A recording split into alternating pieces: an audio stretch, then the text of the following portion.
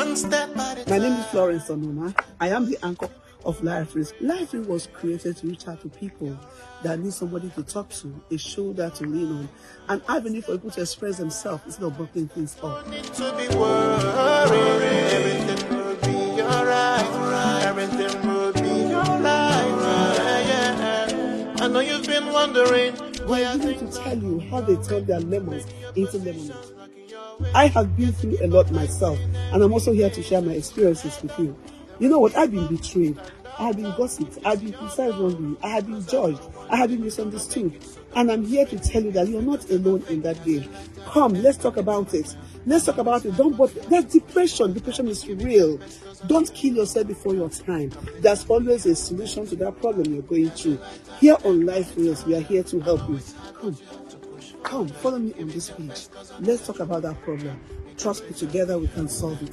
Lifereals is here to help you. No need to be worried. Everything will be alright. Everything will be alright. One step at a time. No need to be worried. Everything's gonna be all right. Everything's gonna be all right. Hello. Good morning, good afternoon, and good evening. Depends on where you're watching me from. My name is Florence Onuma, and this is Lifereals. I welcome you all to Lifereals, Florence Onuma, on this Pentecost Sunday. Whoa, happy birthday to the Church of Christ. Today we celebrate the church, the birth of the Church of Christ. That's what we're celebrating today. And today is what? Pentecost Sunday. How are you? I hope you are filled with the Holy Spirit. If you're not, look for him. He should be indwelling you right now. Okay? Okay. Welcome again to Lifereals. Like I remind you every Sunday that Lifereals was created to form a community of people of like minds who are willing to bear and share each other's burden. This is where we come to unburden, where we come to tell our stories, where we come to offer shoulders, where we come to advise people, where we come to interact as a family, have conversation, talk about issues, and then rejoice with those that are rejoicing when the Lord has turned their lemon into what? Lemonade. That's who we are. A strong family. Yes, dependable, reliable, united in love. The love of Christ. That's who we are. So welcome again to Lifereals with Florence Onuma. All right, so I can see, Rita and so for you here. Thank you so much. Stella Lakwachi is here. So yeah, thank you for connecting. Let me remind you again, Jimmy is here. Let me remind you again, we know we have a game that we are playing, right? Yes, we have a game. And that game is you log in, you step to the end of the program, you get a data. You get at least 500 Naira worth of data. That's what we are doing. You log in, you stay to the end of the program, you are going to get a data. 4 people again this week. We are going to give data, 500 Naira data this week. Last week, we did give data. If you know you got data last week, data money last week, please give us a wave of hand. Yeah, promise kept. You know what I mean? So if you log in today and you stay to the end of the program, how am I going to be sure you're there at the end of the program? I will see you. I will see your comments coming in from time to time to the end of the program.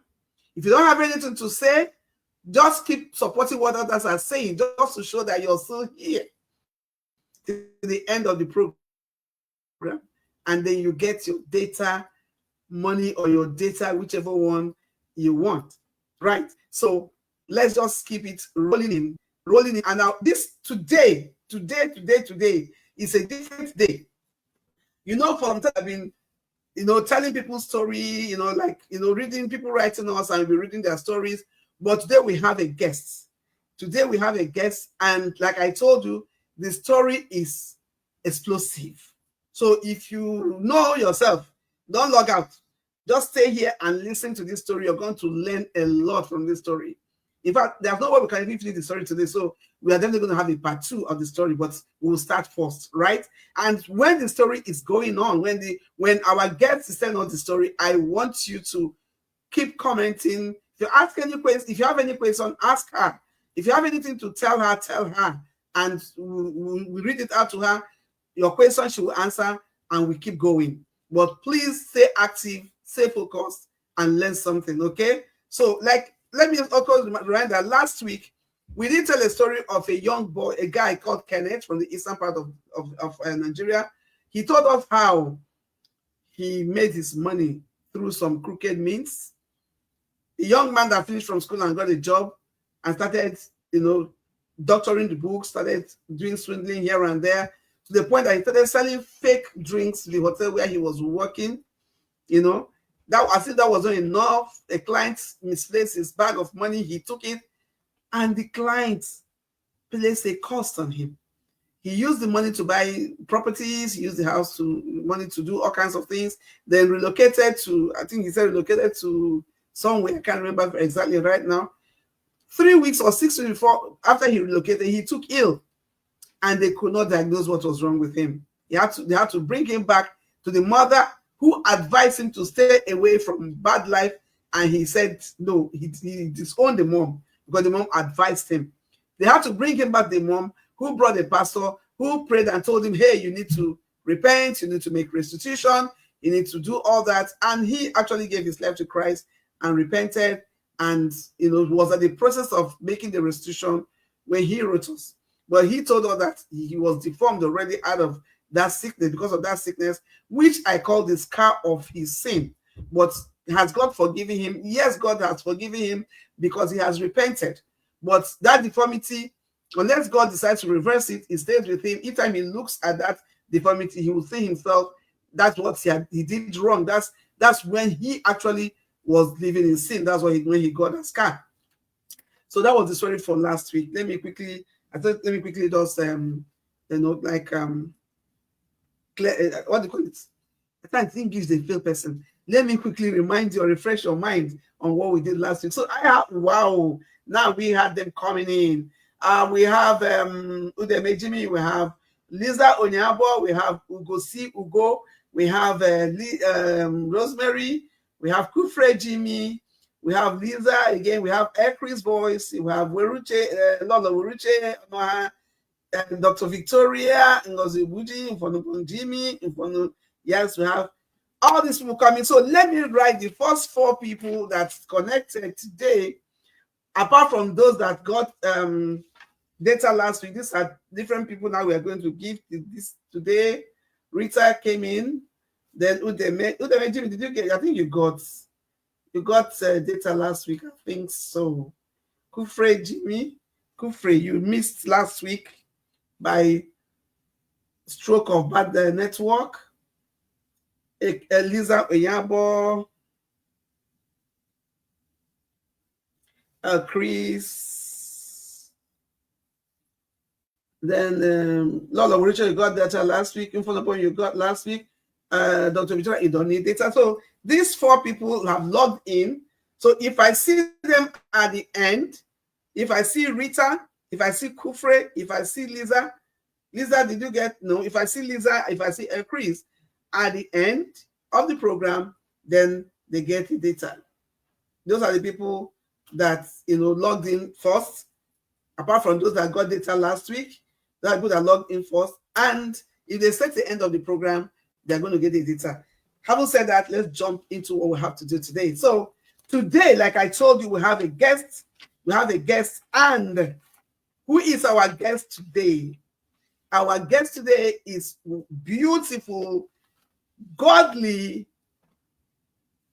But I don't know how to describe the guest for today. Beautiful Stephanie Ijoma Ama Beoko is our guest for today.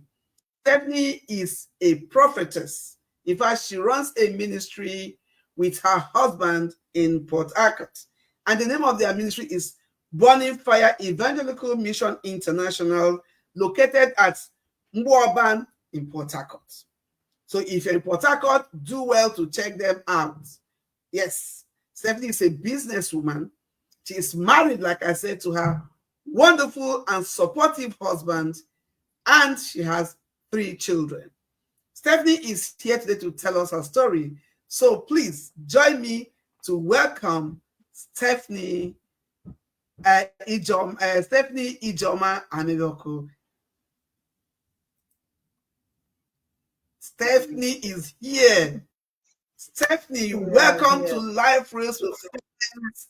Onuma, welcome, beautiful, talented, delectable Stephanie.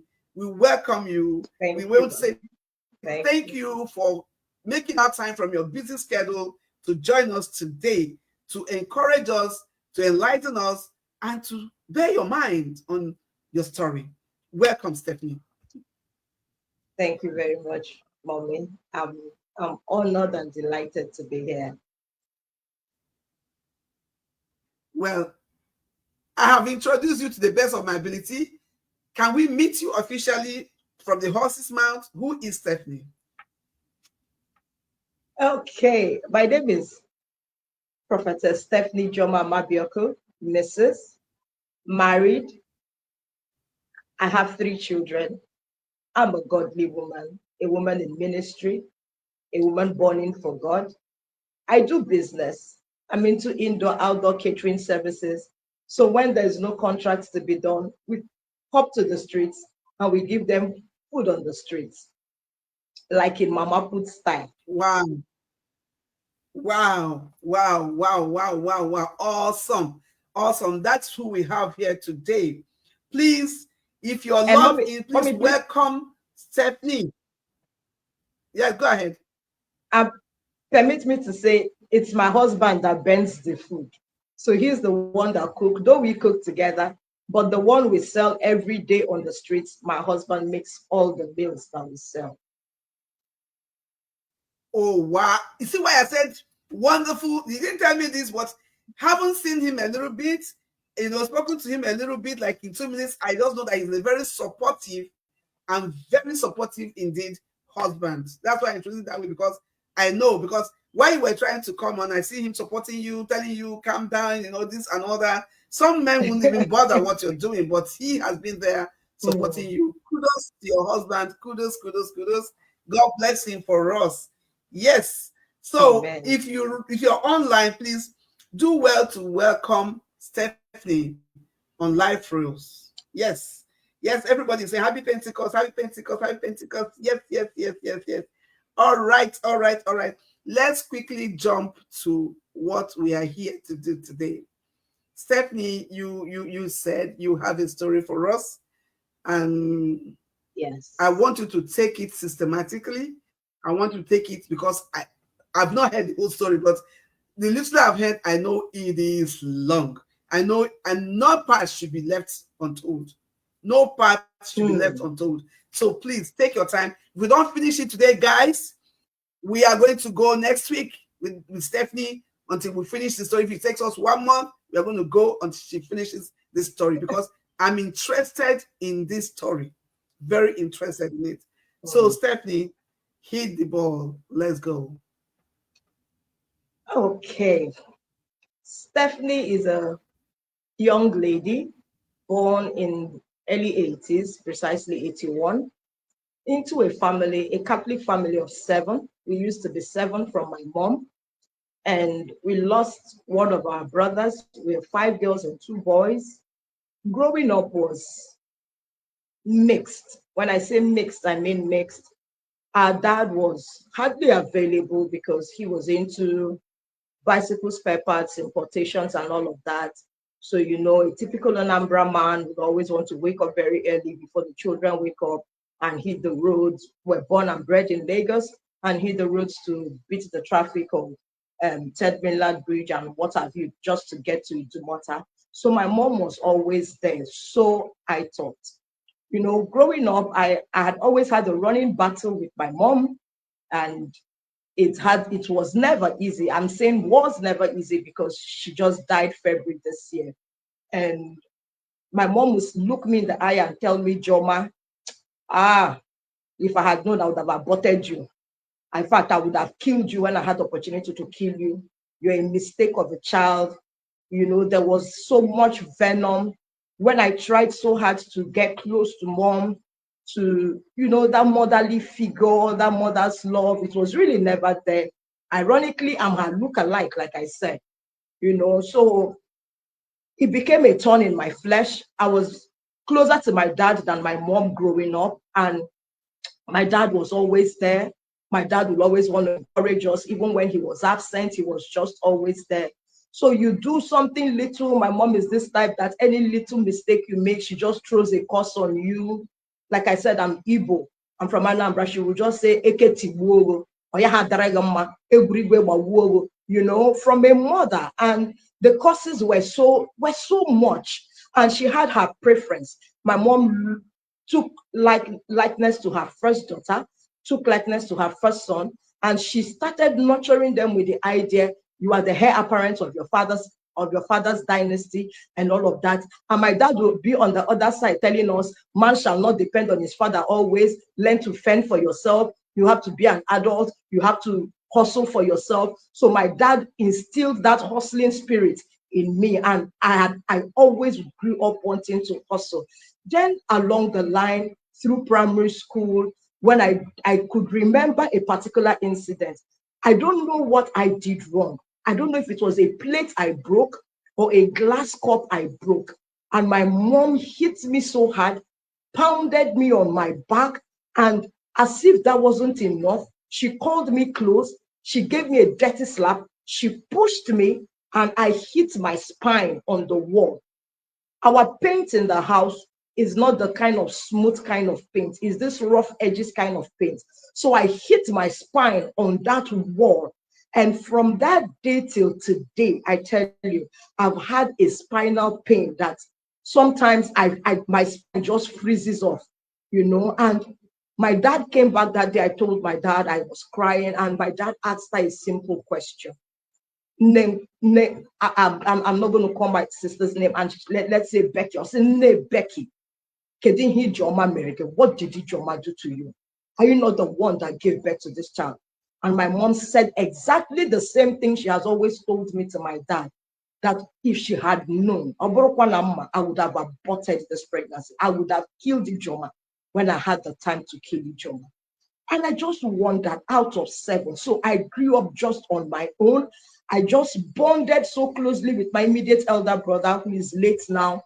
And growing up, there was this sibling rivalry. Nobody wants to see each other. Nobody wants to communicate with each other. It's still there till date, I can't have headache and say, oh, let me call my elder sister, I'm having headache. It's not possible. How? I can't even say I'm having teeth ache and I say, oh, let me call my elder brother. How? That gap was so there. My mom just made everybody face front. Nobody, there's no love, there's no unity, there was nothing. And as children, we kept growing. So I finished, I went to Corona Primary School in Apapa, Lagos. From primary school, I proceeded to secondary school. I went to Federal Government Girls College, Calabar. While I was in secondary school, each time there was holiday, I was afraid going back to Lagos. I would always want to go stay with my father in the East because my dad relocated to the East because of his business. So I would always stay with my dad, and my dad would say, no, a girl child, don't stay with your father. Go to your mother. Go to your mother. And when I go, my holidays were miserable. I would either go back with a scar. I will either go back with a mark of a ring boiler.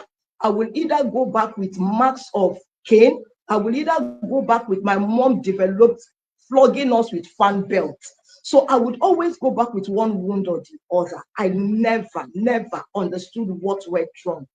I kept asking my mom, I said, Mommy, is there anything I did wrong? And she would just say, get up from here, get up from here, get up from here, get up from here.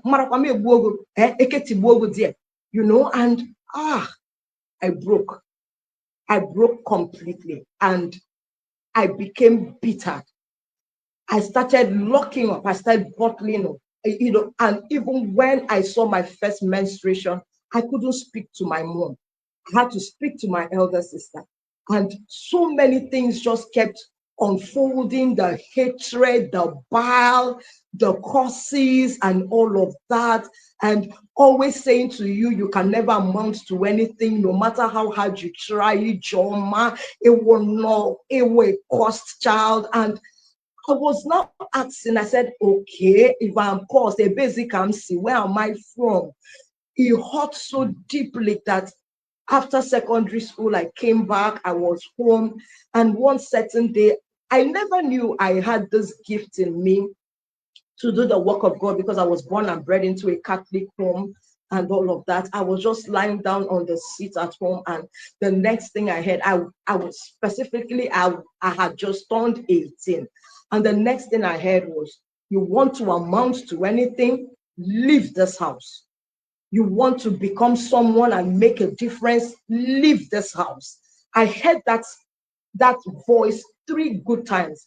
And I jumped out of the chair and I was like, I didn't see anyone talking to me. I still laid down on the chair and I heard, I say to you, you want to become something, leave this house, you will die here. And that was how I stood up and I ran out of home. Yes, I ran out of home. I ran to the streets of Lagos. I ran to my late auntie of blessed memory who was living in Oshodi, my mom's only younger sister. I cried out to her. She was also my namesake, Ijoma. And she said to me, I don't know what you did against your mom, but Ijoma, you will stay here for a couple of days and you're going to move on with your life. That was when it dawned on me. I had lived on the streets. I didn't have anywhere to go. I didn't know who to talk to. I was just sleeping anywhere. I had slept under the bridge of Oshodi.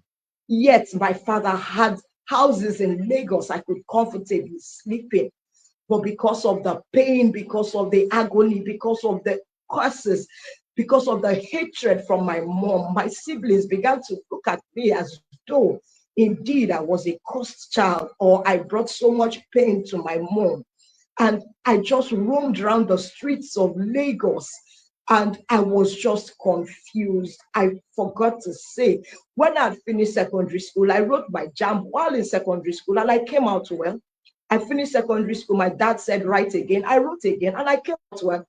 I got admission in Unilag to read philosophy against my choice, political sciences and mass communication. And my immediate elder sister, our third born, told my father, according to them, my dad will say, that is his mother's reincarnation. And she told my dad, he said, that's who she is, very authoritative.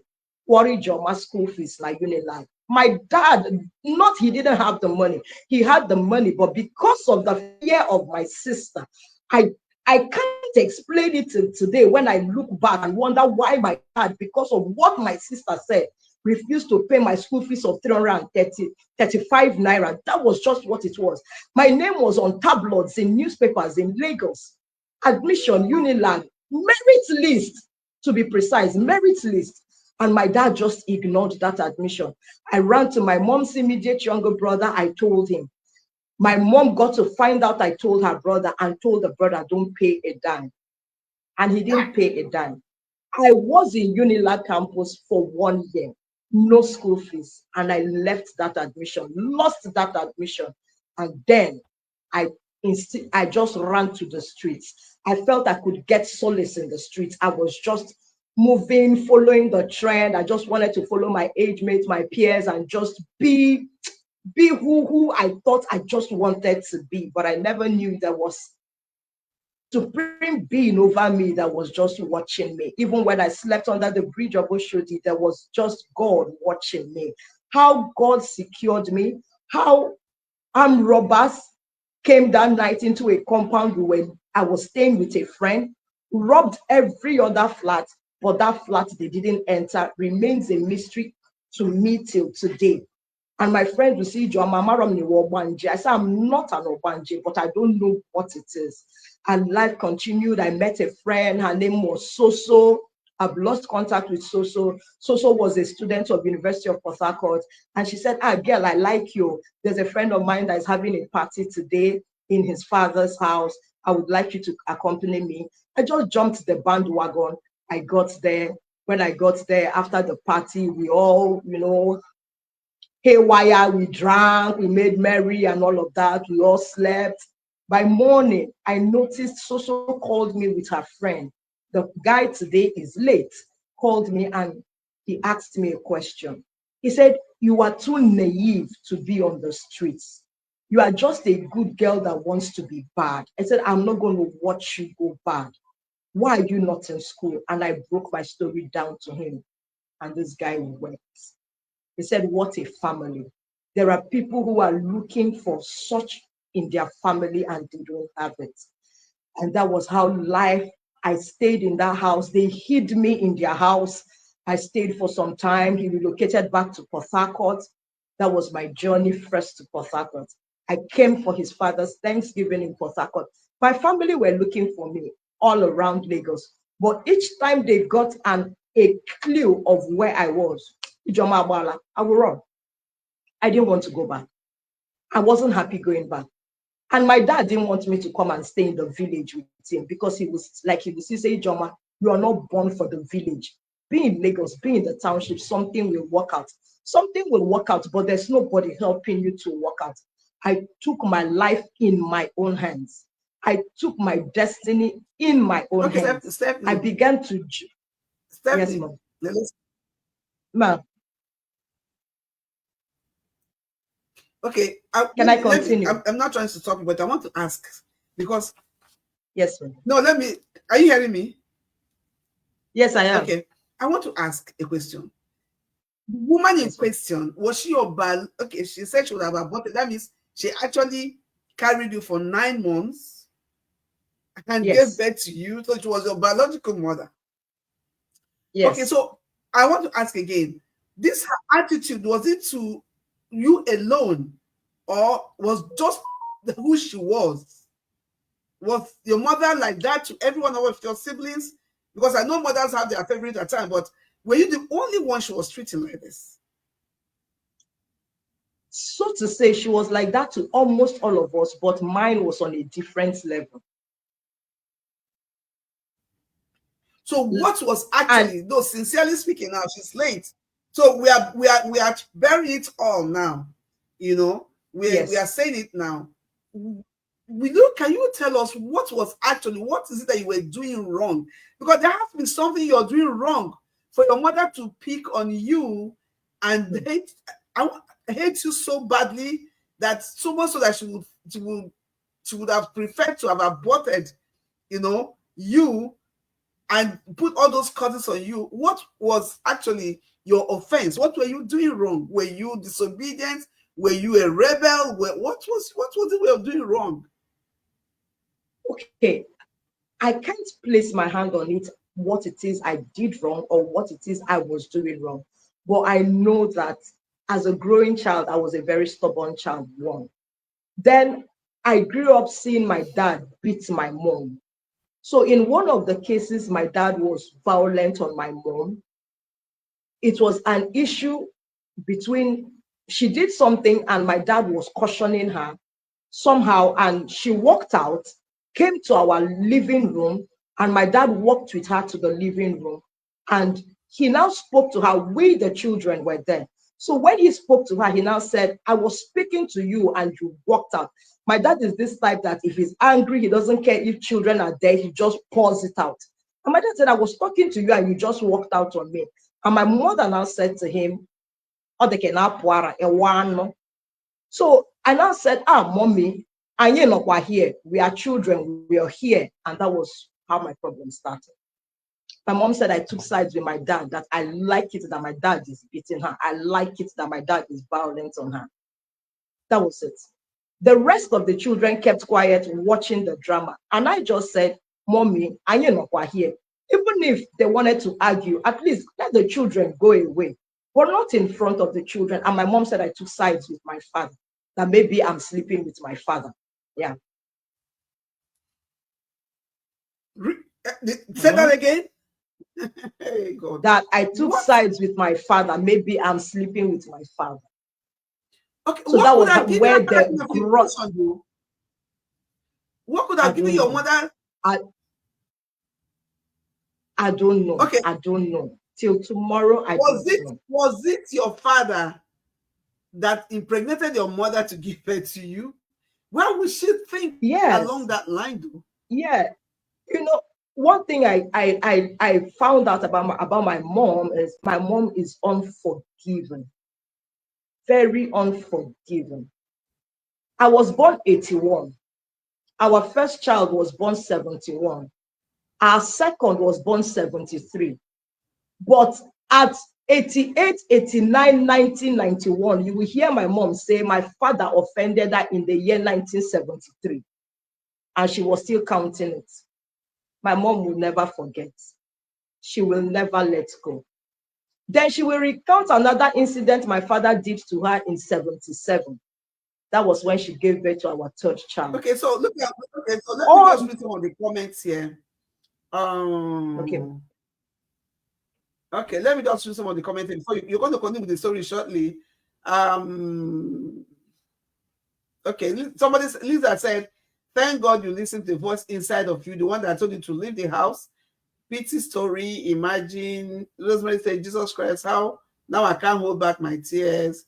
Then somebody said, was that a mother or Rosemary said, was that a mother or a mother, wife or knife? Then High Chief Papandu, welcome High Chief to Lifereals, said the hatred was terrible. Anyway, I won't say anything now. Then he further said, I still don't understand how your father couldn't protect you. You understand? Another person said, now village people. That means now village people, they worry your mama, right? Then so now I want to look at. He says, why? My High Chief is saying, why is it possible that your dad, whom of course you supported him, or no, not that you supported him, you told your mom not to abuse him while you guys were there. You understand? How come he could not raise a finger to protect you? What was his reason for not protecting you? He's your dad. He's alive. He's alive. He's still alive. My dad left the house. My dad left us in 1992. I think it was that 1992 that there was also Abiola in Lagos. My dad told us he was coming, let him go to the village and clean up the house. Igbos were running out of Lagos then. I was still very little, but I could remember. And my dad said, let him get to the village, clean up the house, clean up the compound, and get people to just clean up while he comes back to Lagos and picks us to the village. My father left and never came back. Till today, my father never came back to that house we had in Lagos. So your dad was also dysfunctional. So dysfunctional. My dad ran. He ran. My dad ran. My dad ran and left us. Left us. I call it he abandoned us. At some point, I said, Daddy, you abandoned us. He said, no. He said, I ran. I ran because your mother frustrated my life. He said, Mamono Meremoncha. That's what he will always say. Now that he knows that the wife he married is like that. That's the more reason why I thought he should have protected his children. So when he ran, he left his children at the mercy of that kind of a woman. You see, that's what they're trying to understand. It says, then Dr. Victoria says, sorry, she was not doing anything wrong. Mother's love goes beyond boundaries. They said, somebody said that your mother didn't do anything wrong. That the mother's love goes beyond boundaries. But I also have a problem with that, Dr. Victoria, because a mother cannot be cursing a child that it won't amount to anything good. A mother's love is supposed to help a child become who God wants that child to be. But when you tell a child that I would have aborted you if I had a chance, I would have killed you, and you never changed that utterance, you never showed love for 1 minute. I was raised up by a very strict mother, very strict mom. Do you understand? But eventually I saw the love in her strictness. I saw that she wanted me to become somebody, because she will hit me with this hand, she will call me back with this hand, she will buy me clothes, she will anything I want, as long as. But once she suspects that I am going the wrong way, the way she's going to deal with me, that I understand as love. That's why I was asking, what exactly did you do wrong? So if you're telling me it's mother's love that knows no boundary, then I don't want to believe that. I think that's a problem with your mom. The High Chief said there must be a reason why for the hatred. Then Lord of Richard said, what a family. Then Dr. Victoria said, a lot of people have mental chemistry instability. Unfortunately, our African society failed to acknowledge mental health. So somebody is attributing what your mom, we have not even heard the whole story. I'm just trying to address what they're saying here before you continue. Somebody is attributing what your mother was doing to mental health, instability. So, which is also possible. People can be going through depression. We have heard of people that have quiet their children, drowned their children, put them in the freezer and all that. You understand? Because they are not mentally. So that I was asking, was it just you alone, or was it a general treatment she was giving to all her children? And then you are telling me that your father ran away. That means everybody had, everybody had their own fair share of her animalistic tendencies, right? So your father, who is supposed to protect you guys, ran away, and then, okay, let's see. You are a destined child. Only God is your canopy. Somebody said. Rita said, I think she's going through a lot that she can't express to anyone, that may have led to depression. Are you sure it was your real mother? Then somebody said, yes, doctor, this has got to do with some level of mental health. That's Rosemary talking now. Lisa said, so much love, ma. No matter you still stand strong. Kudos. Somebody telling you kudos that you still stand strong after all these things. I Chief said, a lot of things are not connecting here. The story is still have different dimensions. Exactly. The story has not started. We are not beginning the story, right? But I just want to address the comments here. Dr. Rita said, I meant she, our guest. Oh, okay. So somebody is saying that it's not your mom that's correct, that some mothers are like that. So you are like a victim to that's the word I don't want to use, but that kind of mother, because we have them who cause their children and do all kinds of things to their children and even disown them at times. So you are just a victim. Somebody is saying, okay, yeah, I understand, Dr. Victoria. Rita said he may have contributed to her state of mind, but her fault is letting hatred win. Somebody is saying, you told her that your father used to abuse your mom, like beat her up. Yeah. Your father might have contributed to the bitter woman she has become. Do you understand? Your mother became bitter because your dad, whether he likes or not, because no woman goes through abuse and that she knows she cannot handle and become normal. Do you understand what I'm trying to say? So it's also possible that your dad contributed, but now instead of her facing the man or trying to heal, she's facing her children, which is correct, Rita. That's very correct. Chief Godfrey said, "It's short. Stephanie endured a lot in the hand of her mother. Thank God she's alive and telling the story." Rosemary, this is very explosive. Share, everyone, please. Okay, so let's continue with the story. So we're at the point where you went to Port Harcourt. Continue with the story. So I got to Port Harcourt. I stayed with this my friend after his father's Thanksgiving. I was still hiding in their family house because his father is a very big political figure in Nigeria. Then he was a minister of the Federal Republic. But he didn't want his dad to know that a total stranger was in the house. And this young guy kept encouraging him. He said, you need to go to school. I said, no, I don't want to go to school. My father said, man shall not depend on the father, always fend for himself. So I want to go and hustle. He said, hustle what? Go to school. I said, no, I want to make money to train myself to go to school. We kept on having that argument back and forth, back and forth, back and forth. Someday I just woke up and I remembered a friend of my dad, one Mr. Obo, that used to live in Abuja. And I called him. I remembered his number and I called him. I said, Uncle, this is Ijoma, so person's daughter.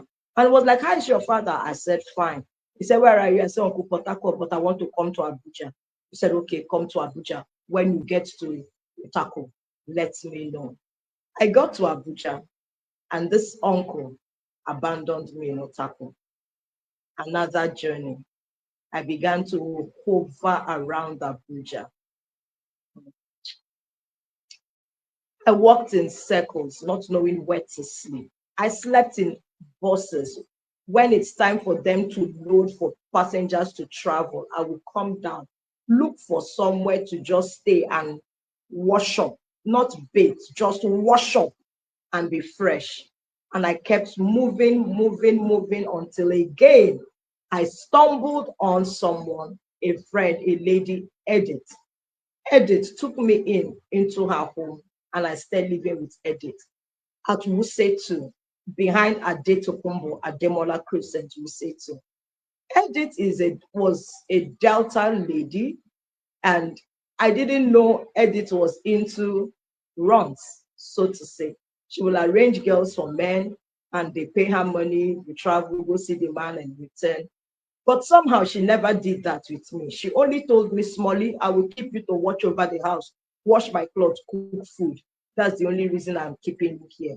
And that was what I stayed in that house to do. She never one day gave me out to any man, but rather when they pay money, I'm the one in charge of the bag that keeps her money, not even her brother. No matter the amount, she will say, Smally, carry this bag. If you go put your head on top, sleep, make my 1 naira no loss. If not, I will summon you for juju. And that was how I lived with Edna. From there, I began to look for a job. I got a job in Agura Hotel as a cleaner. I began to clean in Agura Hotel. No certificate, just my senior secondary school. I wasn't even with the certificate, but I would just say I finished secondary school, no job. I was cleaning in Agura Hotel. I was a housekeeper. From there, because of my service and my diligence to work, Mr. Kanu groomed me from being an ordinary cleaner to the head of that department. I grew in my rank, but because my house, Wusetu, is far from area, is area 11 or area what, where Agura Hotel used to be, he now said, okay, move into one of their family house. That was when I moved into one of their family house, where the son was residing whenever he comes from US with his white wife. So I was just there handling the hotel, handling the house. That was how I lived in Abuja continuously until I decided on my own again, move out, look for a better life. So I called the owner of Agura Hotel and I said, Daddy, I'm not going to live here again. I want to get an accommodation of my own. In all of this, it was only my immediate elder brother, the one who died, that knew my whereabouts. We kept in touch. And he never told anybody we were communicating. So until when I stabilized in Abuja, before I stabilized, in one of those days, I ran into another friend and I was staying in their house. An issue came up. We had an issue because of food. I ate food that was in the pot, and the lady was like, I shouldn't have eaten that food. It was food she wanted to give to somebody. I was like, sorry, I was hungry, and I ate it. And that night, they took my bag through to the streets of Abuja. I was walking that street that night. Ah, Lord. Okay. I was walking that street that night, confused, not knowing where to go. A car drove by and said, where are you going to, fine girl? I said, I'm homeless. I don't have anywhere to go. I just want to sleep on the street. He now said, come in, let me go and give you accommodation. I thought, truly, innocently, I just entered. I found myself at Wuse police station. And the police officer told them to put me behind counter, that he saw a criminal on the street. I was there. No, I don't understand. On the street. Just took you from the he police saw station. me. Yeah, he was the DPO.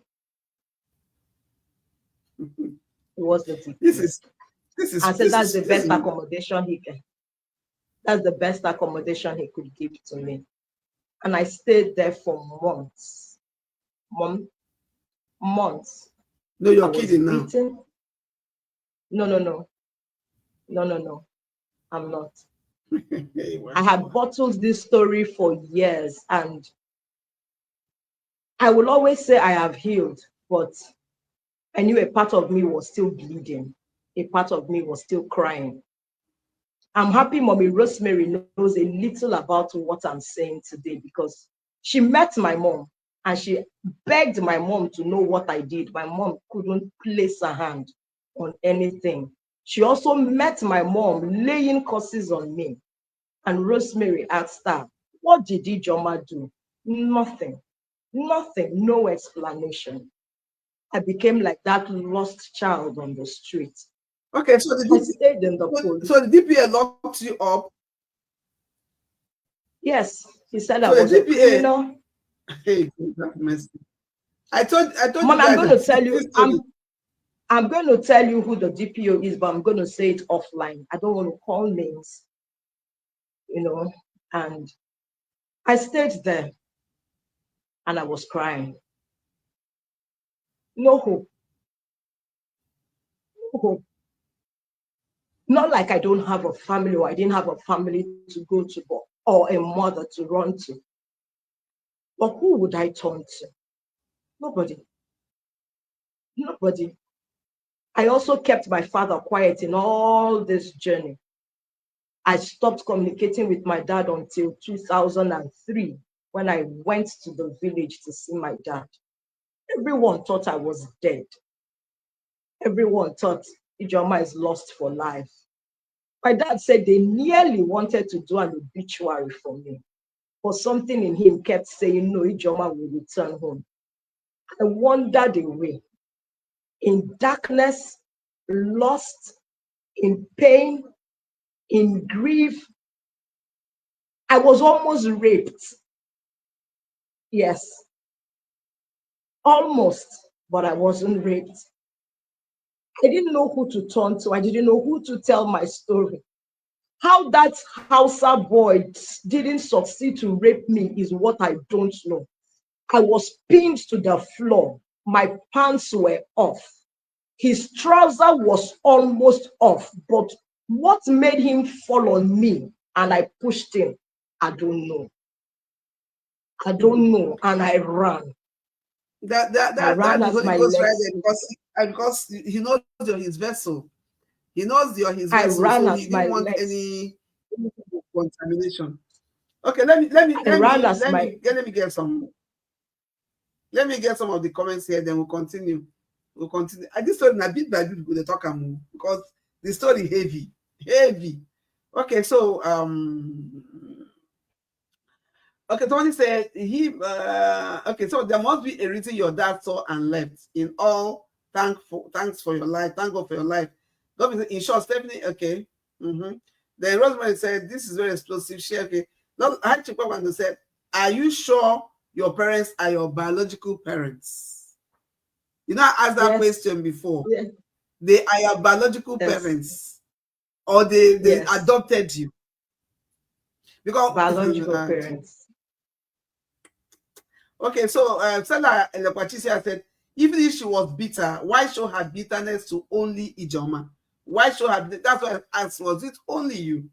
But I think I understand a bit of what is happening here, because there's a spirit, there's a clash of spirits.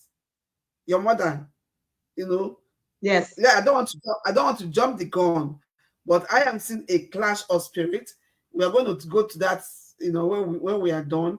So Rosemary said this one has spiritual wickedness in her principality. I want to strong. Lord of Constance said, from what I understand, the father lost control of his wife and left the children at the mercy of a woman that believed was not mentally stable. Too bad. Even if she had problem with her husband, she's not supposed to take it on her daughter, which is true. Rita said, a lot of people go through this today. That's why it is very important to speak out. Go for counseling to save your mental health. Somebody said that. A lot of Constance say, Stephanie, it's unfortunate. You really passed through a lot. Something was wrong somewhere. Then I keep on saying, what a pathetic story. But then this story is long, different dimensions. Yes, the story is long, and we are going to finish it. If not today, next week, even not next week, third week, we are going to finish the story. It is well. Hey, what say hey? This one tire me. Papa, they say this one tire me. Then listen up and say, wow, what a sad story. Papa, they say things they happen. When Rachel said, I am short of words, thank God you overcame at last. And so for now, wow, this story weak me. This story heavy. Because I say, hey, God, you mean a human being passed through all this and still survived? God really loves you and has a purpose in your life. Godfrey, she really passed through a lot, but God was on her side. Those are the comments. So, honestly, my own comments before you continue, this is stranger than fiction. Stranger than fiction. And I tell you guys again, this is what life risk is all about. At times, you might be going through something, you think your own is worse until you hear another person's story. You know that you didn't even go through anything at all. You see. So this story now is real. We are seeing, if she had written this story for us to read it or for us to discuss it, you think it's fiction. But this is Ijoma live and direct here on Life Real Studio, telling her stories. And we are celebrating that she's still alive, that she still became someone in life, even when the mother said she'll amount to nothing. Ijoma, please continue the story. We have a little time. Okay, we are just going to let's get a little bit more before we close, because we have only like 9 minutes. So you were still locked up in the police cell by the DPO. Mm-hmm. Yeah, I was still locked up there. I noticed every day there's this particular gentleman, tall, from Delta. I got to know his name later. He's a uniform man. He will come, he will see me crying. He will ask me, what is it? What was your crime? What did you do? Are you an armed robber? What happened? And I would tell him. He said, DPO. DPO is my friend. Why would he do that? Is this the accommodation? So he kept seeing me until after 2 months. He kept coming there for 2 months because he would always come. After a very long while, he won't come. He will come again. So I believe he had some dealings with the DPO. And after 2 months, he came on a fateful day and he asked them to bring me. They brought me out and he asked the DPO, what is this girl's crime? Where is the case file? He said, no, I just see her for street. Oh, she said she wants to live for street. She don't get accommodation. And I'll bring her from police station and give her accommodation. He said, hey, you know good. Oh, that was what the man told him. He said, Oga, leave that in. Oga, leave that in. Leave her, make she day here. Maybe now all these girls them where they do nonsense, you know, fit tell. Just leave all these girls them. They feel they lie. And the man said to him, I'm going to release this girl. Give her to me on bail. It's all that you be uniform man. He said, I'll go drop my ID card. Give me this girl for bail. She shouldn't sleep here. They argued back and forth, back and forth. He said, Oga, uniform man no go bail somebody. He said, me go bail her. If anything happen, let it be on me. And that was how that man bailed me out of that station. Took me to his house, called his wife that night and told the wife. Apparently, they just had 3 daughters, and the wife had been looking for a male child.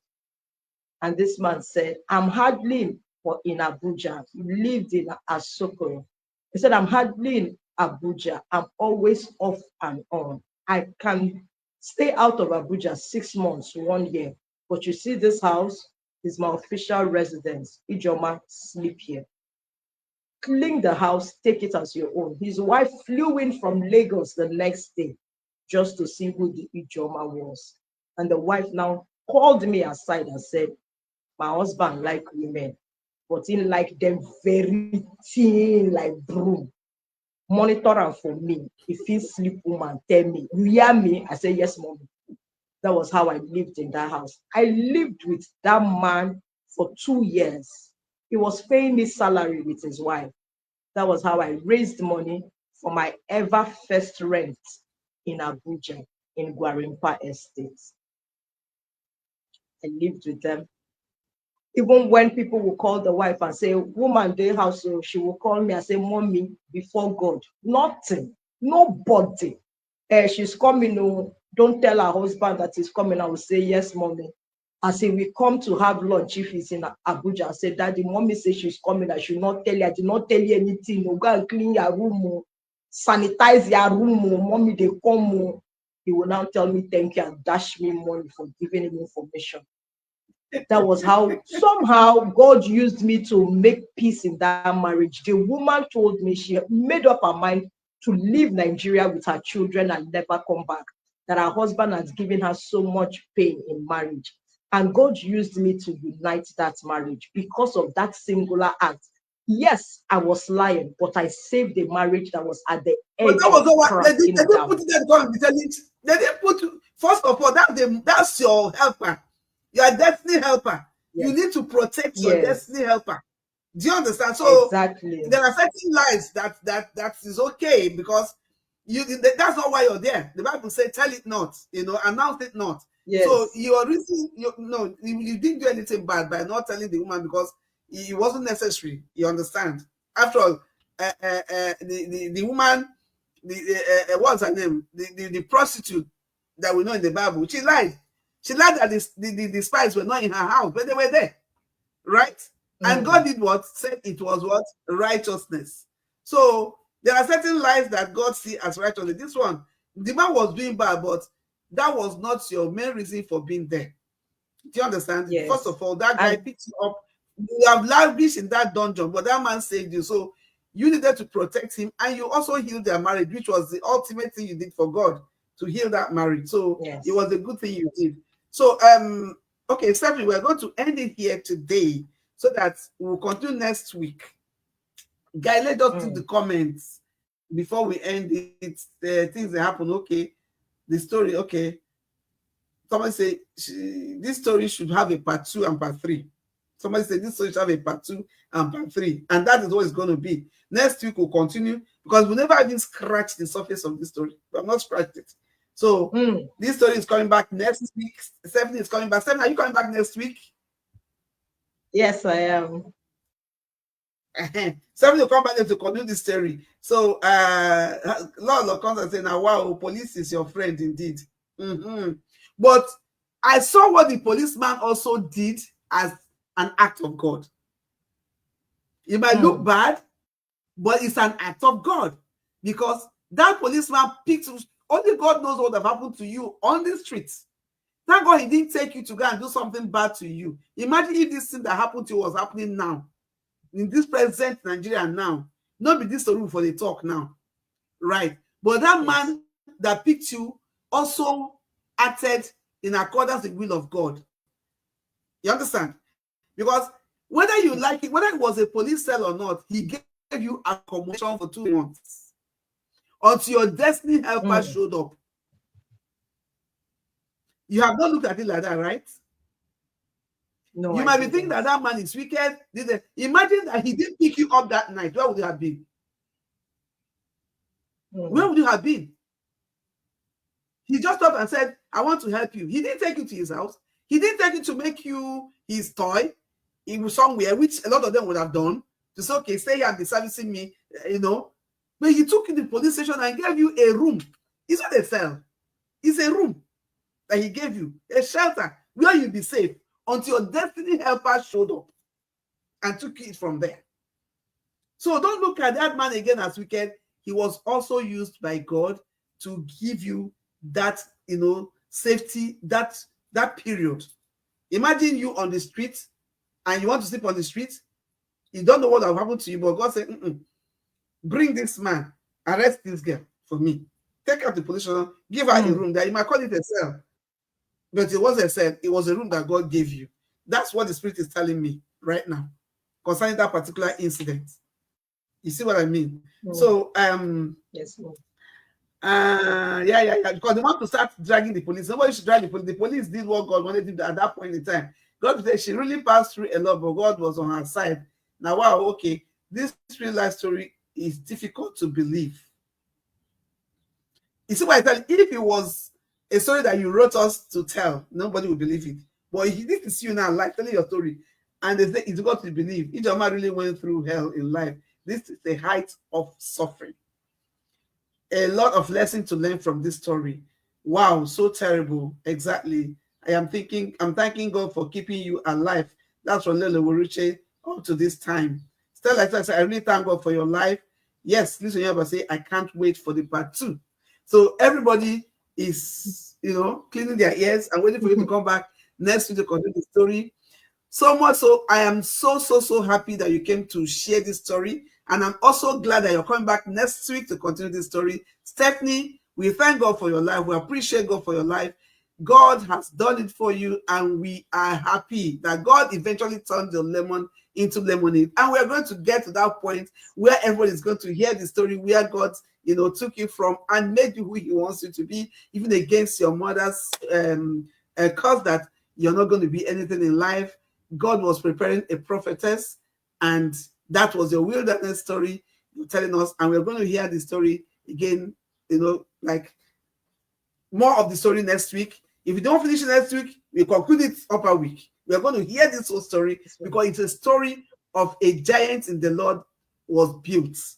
What people go through to become who God wants them to be. The journey is not always smooth, but you will get your destination. You see, because the Bible said what? You're made strong. It said my grace is sufficient for you, and my strength is made manifest in your weakness. So everything you're going through, just imagine you were just one naive, innocent girl just going through wilderness, and God was there for you. God was there for you. You went through it in your mind because you had the backings of God. Stephanie, we're going to see you next week. Thank you for sparing time to come to us today. Please connect with us next week. Okay, Stephanie, we love you, and God will continue to protect you in Jesus' name. Amen. Amen. Thank you so much. Thank you. So, guys, you are hearing what I'm hearing. I told you guys, don't miss today's story. It was explosive, right? We have not ended. We have not scratched the story. We have not scratched it. We are just, this is just like pim, pim, pim, pim, pim. So next week, don't miss it. Don't let me remind you to connect next week to hear this story some more. All right, so let me go back to see who is here. I wrote 4 names. Lisa Onyabo. Let's see. Let's go to the concluding part. Okay, Lisa is still here. Who again? Kufre Jimmy is still here. Rita is still here. Who again? Chris. Is Chris still here? Chris is no longer here. So who else comes after Chris? Chris, if you're here, let me have a wave of hand because you're missing your data. You're missing your data. Chris, you're missing your data. Are you still here? I like playing fair. Let me make sure he's no longer here.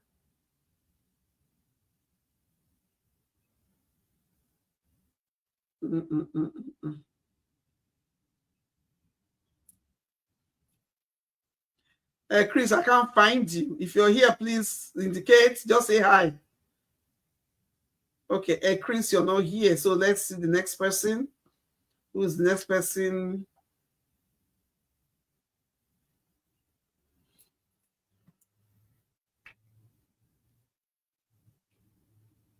I just want to make sure that people that are supposed to get their data, get their data.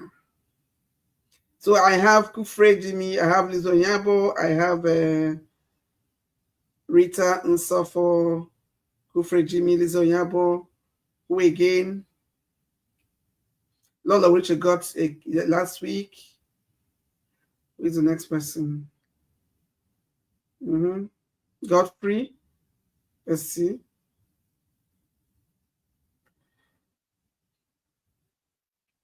Okay. Godfrey.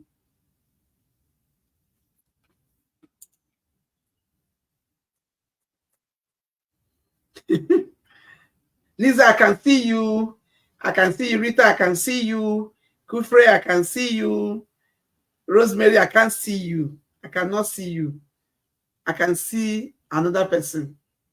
Rosemary, I cannot see you. Let's see. Okay. So, Godfrey. All right. So we have 4 people that are getting their data this week. We have Rita, we have Kufre, you have Lisa, and we're supposed to have Chris. Chris is not here. So we are replacing Chris with Godfrey. Okay, so thank you so much for connecting. I thank you all. Rosemary, Kufre, Jimmy, Lolo Weruche, thank you, Rita, thank you, Dr. Victoria, thank you, Lola Constance, thank you so much. I appreciate you all for connecting. Luchu Gona, thank you for connecting. Thank you for connecting. Thank you so much. I appreciate you. Who else? Linda, Oluchi Linda, thank you for connecting. Thank you.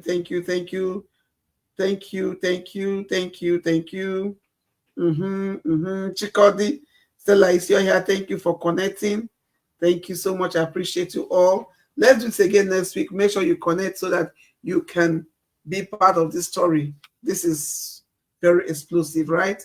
Thank you. I appreciate you all. Let's do that next week. My name is Florence Onuma, and this is still Life Reels with Florence Onuma.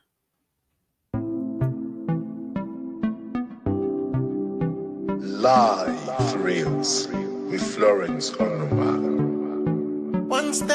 My name is Florence Onuma. I am the anchor of Lifereals. Lifereals was created to reach out to people that need somebody to talk to, a shoulder to lean on, an avenue for people to express themselves instead of blocking things off. Need to be worried.